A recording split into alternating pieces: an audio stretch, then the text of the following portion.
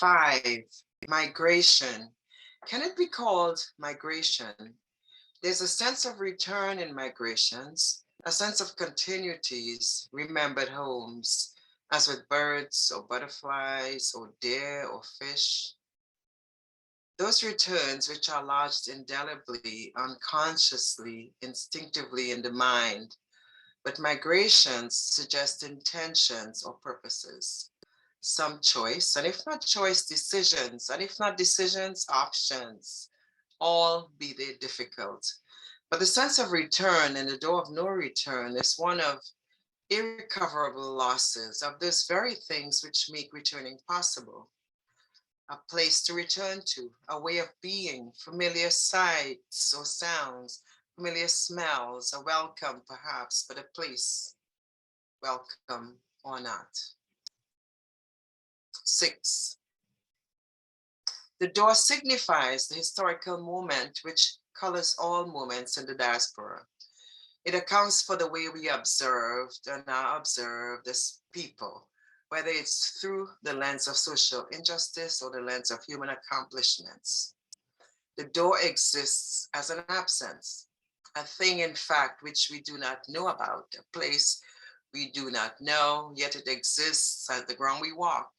Every gesture our bodies make somehow gestures towards this door.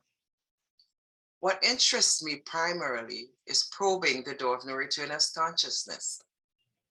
The door casts a haunting spell on personal and collective consciousness in the diaspora. Black experience in any modern city or town in the Americas is a haunting. One enters a room and history follows. One enters a room and history precedes. History is always seated in the chair in the empty room when one arrives. Where one stands in society seems always related to this historical experience. Where one can be observed is relative to that history. All human effort seems to emanate from this door. How do I know this? Only by self-observation, only by looking, only by feeling, only by being a part, sitting in the room with history.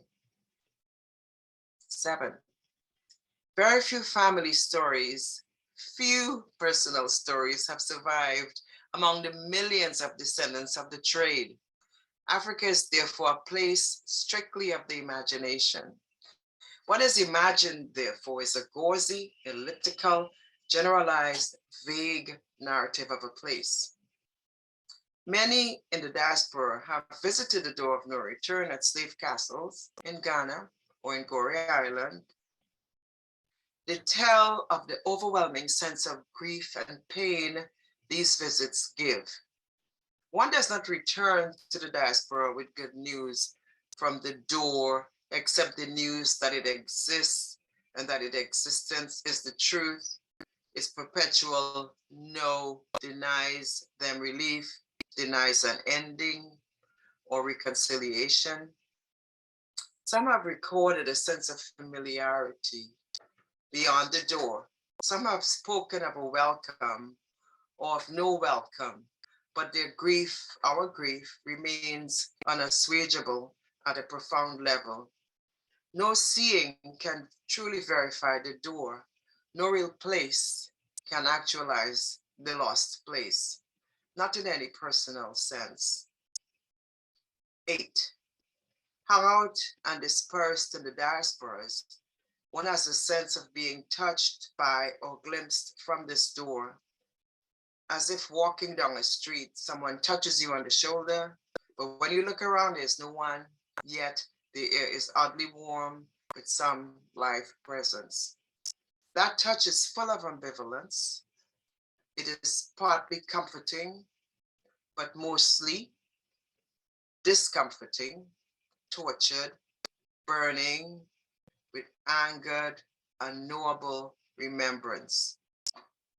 You look around you and present embraces are equally discomforting. Present glimpses are equally hostile. Art perhaps music, perhaps poetry, perhaps stories, perhaps aching, constant movement, dance, and speed are the only comforts. Being in the diaspora braces itself in virtuosity or despair.